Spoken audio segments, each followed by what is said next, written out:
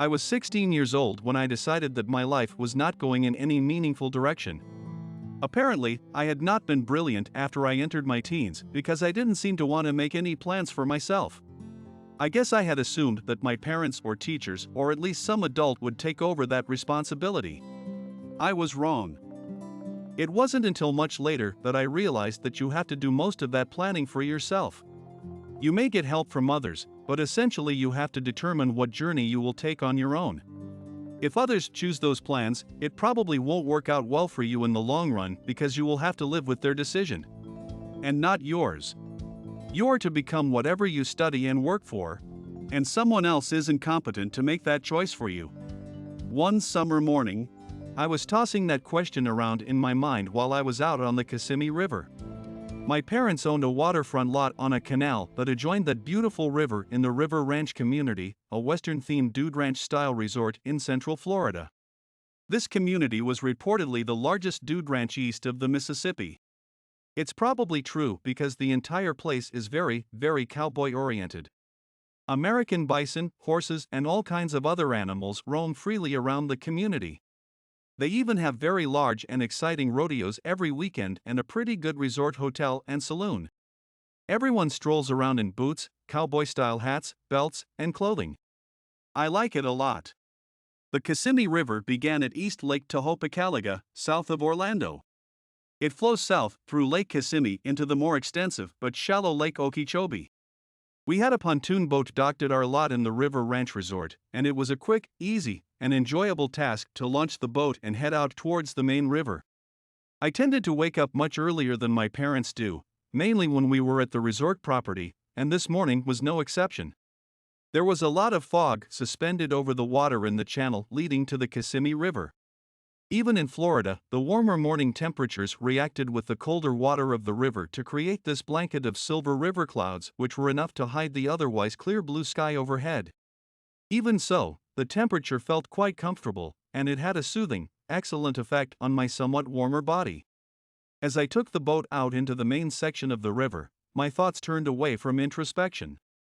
I began to focus on the various creatures that lived on, in, or around this river. Numerous flocks of water birds, such as egrets, herons, and cormorants, were starting to soar in and out of the fog banks. I wondered if they were trying to take advantage of their prey's activity in the early morning. I could see fish breaking the surface of the water and figured that their action may alert fishing birds to consider the possibility of a quick breakfast. I decided to bring the boat closer to the shoreline to see what kind of a haul the various birds could gather. Most birds used overhanging tree limbs as springboards to launch themselves at the fish. As it happened, I banked my boat under a large oak tree that had well over half of its roots embedded into the shallow wet portion of the riverbank. After securing the pontoon boat to the oak tree, I looked upward into the oak canopy and saw a magnificent caracara. The caracaras, unlike most raptors, eat carrion as well as anything they can catch. They perch on a tree or any high structure and scan for living or dead prey or even for vultures working on a carcass. I read that they favored early morning's forage, and here we were. Both of us were lurking in the quiet dense fogginess. The caracara was looking for breakfast, and I was looking for new experiences. I had satisfied my need by seeing this magnificent black and white raptor for the first time, and the caracara fulfilled his when he saw a small alligator moving through the high grass at the water's edge. Unlike the falcons, he flew to the ground, walked over to the little gator, and grabbed it. I had never seen a bird walk like that, and he seemed to saunter as he closed in on his prey. I was fascinated. The caracara glanced over towards me with gator in beak and then ambled off into the dense riverbank foliage. The raptor wanted privacy while eating and had no intention of sharing the catch with me. I understood and pondered what I wanted to do next. I could get back into the boat and head out into the river or investigate this riverine environment. I figured that staying on the banks of the Kissimmee River would offer me some exciting alternatives. I had no idea how right I was to be in this conclusion. I started to carefully walk the more open areas on the bank, figuring that I would see more than I would if I invaded the thickets, where almost anything could be hiding, including snakes and rodents and God knows what else.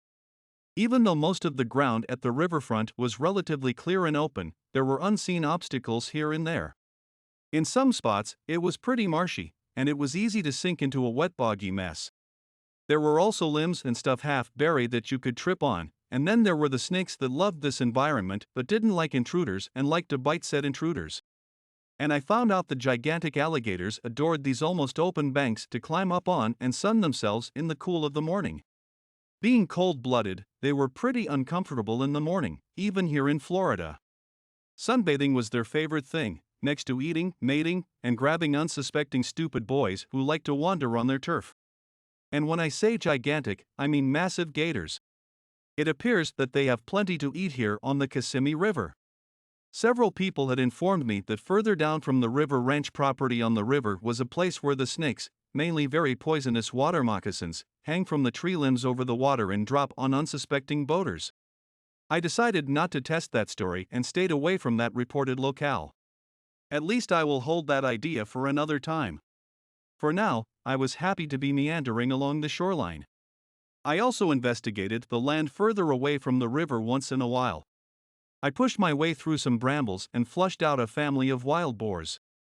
A mother and 6 little piglets took off in a flash of flesh and a cacophony of squeals, but not without making me jump pretty high from the scare. But then, as I was descending back into a dumb boy, walking along the riverside, I heard a voice directing a question at me. That voice said, "I see you are enjoying the nature of this place. But I might suggest that you alter your cadence and begin to walk within the nature of this place. You are not in sync with this environment unless you are a part of the environment. You are looking and acting as if you are a tourist." I turned around to see a boy, or perhaps a young man, and the closer I looked, it was a replica of me, and yet it didn't look exactly like me. He was wearing different clothes and had a different color and hairstyle. He was like me, but not me. I was confused. I asked this person, "Who are you, and what are you doing here?" He answered, "I am Jurel, and I am here in this place by the river, doing the same thing that you are doing here in this place. Do I not belong here?" I kept staring at him for a few seconds but answered, "I guess so. I'm just shocked to see someone here, and particularly someone that looks like me." He said, "I don't think I look like you at all. I'm much better looking and built better as well. I spent a good amount of time examining you and decided that I could do much better than looking like you." I was taken aback by this guy's accusations and considered that I might also be losing my mind. Why was I standing in the middle of nowhere, or more precisely on a riverbank where no other people and few large animals other than the alligators were evident? And I was meeting someone who was not likely to be at this place, who looked a little, if not a lot, like me. And he was pretty snippy in his remarks about me. What's going on here? Because I was thinking a lot and saying nothing, this interloper, obviously intent of shocking my mind and my solitude, decided to say something else. "I bet you think that I am here in this place to screw up your solitude, dude. I am not desirous of doing that, but I have come here intending to change your focus. How about that, Jackson?" And once again, he came close to knocking me off of my feet with his remarks. I walked over to him and stood as close to his face as I could manage and said, "What the hell is this? And how do you know my name? Are you even real, or are you a figment of my imagination?" Never hesitating, Jurel said to me, "The answer to some of those questions is yes. I know your name because I have been following you closely, and I am real and not a figment of your imagination. But I am unsure how to answer the question, what the hell is this?" That is because hell had nothing to do with arranging this meeting, and as you know, hell does not exist anyway. I answered, "How would I know whether hell exists or not? It's just a mild curse-like word to me. But I am more concerned about any reason you would be following me in the first place. I consider that unacceptable. What possible reason would you have to follow me to this place or anywhere else?" Jurel answered, "I am following you because you arranged to meet in a previous existence. I would not do it without your permission. And I have the right to look a lot like you because I am you to a degree, and you are me to a degree as well, but I decided that I wanted to be better looking than you, so here I am. Don't you agree that I am a better specimen?" I disagree, I replied in the most active voice I could muster. "And why are you out here on this isolated riverfront, Jurel? Did you walk here across the pastures and swamps, or do you have a boat hidden somewhere? You ask terrible questions, Jackson." You left out asking me if I came here on a horse. Did you forget where we are? This area of Florida contained cowboys and Indians before they were dominant in the Wild West. For some reasons, I answered, no. Then I added, but did you come here on a horse then? No, Jackson, you forgot to ask me the obvious. And that is, did you just appear here in this place from somewhere else? Did you? I then replied. Yes, he answered. See how easy that was, Jackson? Okay. I stammered out to Jurel. Enough of this question and answer routine. I will ask one more blanket question and hear your response to it. There has to be a good reason why you have appeared here to me, out of nowhere. Please tell me what it is. Finally, Jurel said. Why didn't you ask that question right from the start? I will honor your request to fill you in on the entire story and reasons for me to be here with you without a horse. Jurel then settled down on the trunk of a fallen tree and began his explanations. Well, let's see, Jackson. The first thing you need to know is who I am and my relationship with you. Once you know those things, the rest will tumble into place. You, like every soul you know or ever knew, are the creation of Supreme Consciousness. Supreme Consciousness is the source of all that is, and all that ever was, and all that will ever be. You cannot truly relate to this while living in your obstructed universe, where everything you are familiar with appears to begin as something and ends as something else and is a part of the never-ending cycle of change. Souls are immortal and therefore permanent and change through evolution. And that evolution is achieved through their personal experiences in obstructed realms like this one. Supreme Consciousness absorbs all that individual souls absorb, but cannot change, for it is absolute creation. You cannot fully understand the reality of this from your current perspective. Do you understand this? I think so. I replied. And added. But I can't believe that I came across a Jehovah's Witness here on the wilds of the Kissimmee River. Jurel ignored that remark and smiled at me. He then continued. Now, as regards us, Jackson. Supreme Consciousness simultaneously creates many new souls, known as interconnected souls. You and I are such interconnected souls and therefore similar to each other in many ways. We experience things, deal with them, learn from them, and evolve because of them. And through these different life experiences, we can share because of our connectedness. We are unique, but we are also the same in many spiritual ways. I look somewhat like you, but much better looking than you, by the way, because we are connected in that manner. And also, by the way, you don't see any literature on me to hand out, do you? I decided to ignore his remarks as payback, but then said, assuming I can accept all of what you said, I am still wondering why we are meeting in such a remote, isolated place such as this riverbank? That's because I wanted a location that was relatively free from distractions when we were to meet. Truly natural surroundings are almost always such places. Nature is creation at its finest, and I stand a better chance at getting an important message through your monkey-mindedness brain structure, and that is what we previously agreed that I would do. Right, Jackson? I do not have a monkey mind, Jurel. But you are probably right about getting my full attention at this location. You also said that this meeting had been pre-agreed upon between us. When and where was that? Jurel continued, in what is called the transition realm, where we all end up between incarnations, or reincarnations, or lives, as you prefer. I replied. I'm not sure what I prefer. But this entire meeting is making me reconsider a lot of my previous thinking. Jurel did a little light laughing at Jackson's statement, but he added. Well, except for the time being that what I am saying is correct, which it is. I have shown up here to help you because you, Jackson, were not headed in your quest in the right direction. Like most people, you require a little help from time to time, and here I am. I thought this through for a moment and then answered, saying I am on a quest sounds a bit medieval, Jurel. Couldn't you call my goals or life's expectations something else? The more accurate phrase would be to call it a vision quest, was the answer Jurel gave to Jackson. Because you, Jackson, should be creating a vision for the goals you want to reach on any given life experience. And quest is a search, and therefore a vision quest is quite appropriate. Don't you agree? I guess so, but perhaps the American Indians won't like it as they have their very own, specific vision quests that are quite intensive and probably more so than I am likely to embark on. That's not exactly true, my brother. The American Indians are well known for their vision quests, and theirs are often solemn and intensive spiritual and physical acts, but vision quests are not exclusive to them. Many cultures worldwide have their own kind of vision quests that they take seriously.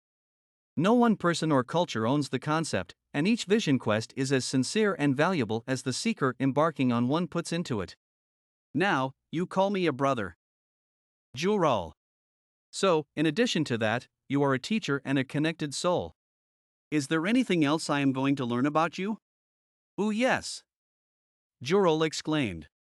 You can learn many other things about me, but not on this occasion. When you or I have both need to know, it will happen, Jural offered. And just at that moment, the largest alligator that I have ever seen came up out of the river onto the bank. It must have been nearly 17 feet long. It stood up relatively high on its four legs as it left the water and headed straight for us. Jural stood up from the tree trunk he had been sitting on and walked to meet the gator. Jural brought his hand down when they reached each other and gave the gator a slight pat on his head. I was astounded. I asked Jural if he had lost his mind.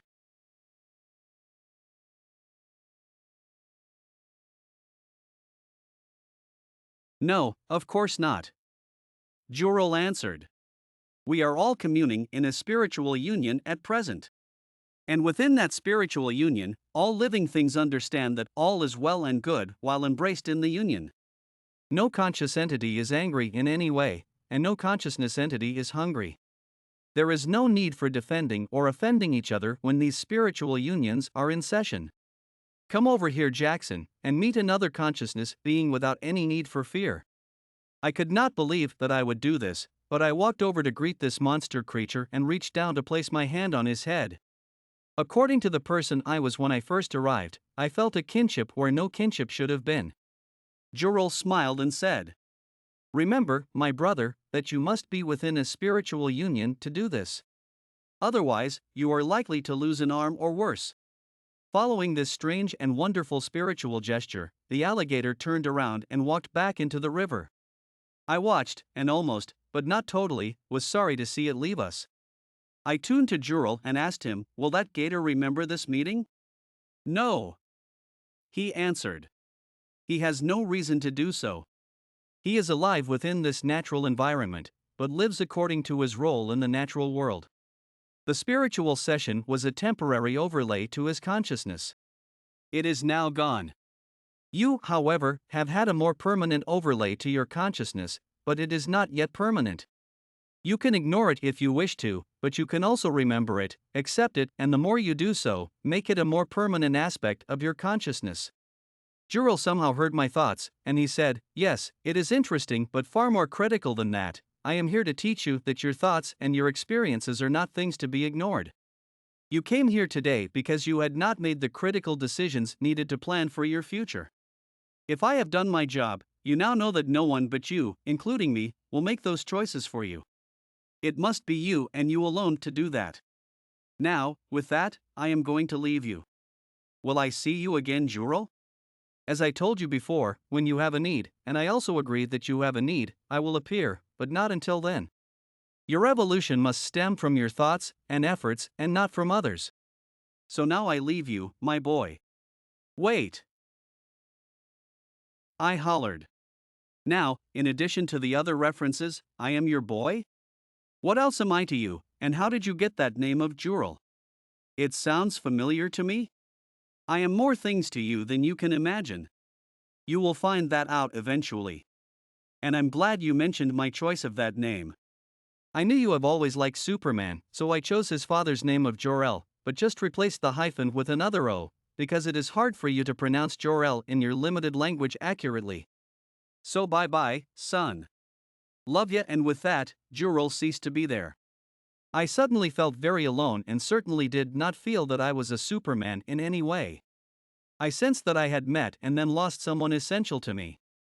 But Jural had said that I could meet him again if needed. Perhaps that was the way with everyone we have as part of our lives, but then lost, but we will meet again when needed. Now that was a great thought. I also felt relatively isolated at the moment and wanted to get back with my family at River Ranch. I walked back to my boat, jumped in, and launched it back into the river. Without starting the motor, I let it drift for a bit and noticed that I was headed toward that giant alligator. He saw me and slowly sank into the deep water. No sense of familiarity from him, but I was glad to see him anyway, which I would not have before this spiritual meeting. I started the motor and turned the boat towards the River Ranch Marina Inlet. I had always enjoyed watching nature on the Kissimmee Lake and river system, but now I was even more aware of just how much wildlife there was there. The fog had lifted, and the sun was climbing higher in the bright and clear blue sky. There were constant and densely packed flocks of birds moving about in the sky and many groups of herons and egrets strolling the river banks. Herds of cattle were grazing on the pasture land, and some of them were wading in the shallow parts of the river bank. I even saw some large male bulls standing on some higher banks, looking longingly at the lovely heifers on the other side of the river. These were undoubtedly some of the athletic males that would be throwing the bull riders about at the rodeos in River Ranch this weekend. I turned into the entry canal that led to the marina and continued to notice many more small alligators, herons, falcons, and even an owl in the overhanging tree limbs. I knew there was much more that I could not see, but was content to know that they were there anyway. As I turned past the marina to head to our dock, several people waved hello to me, and I considered just how lucky I was to be a part of all this. As I pulled up to the dock, jumped out, and started to tie the boat onto the dock cleats, my mother called to me and said that breakfast was on the table. Once again, my heart swelled with the knowledge of my good fortune, and I now included that wonderful feeling that I would no longer be a budding failure of a young man.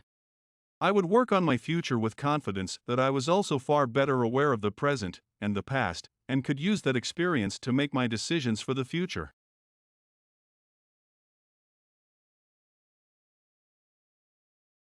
We hope you enjoyed the A Future is Created from Your Past journey.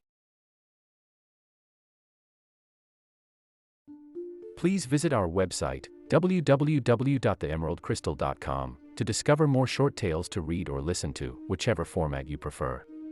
You might also like to purchase our full-length quest for the Emerald Crystal novels on our website or on Amazon.com.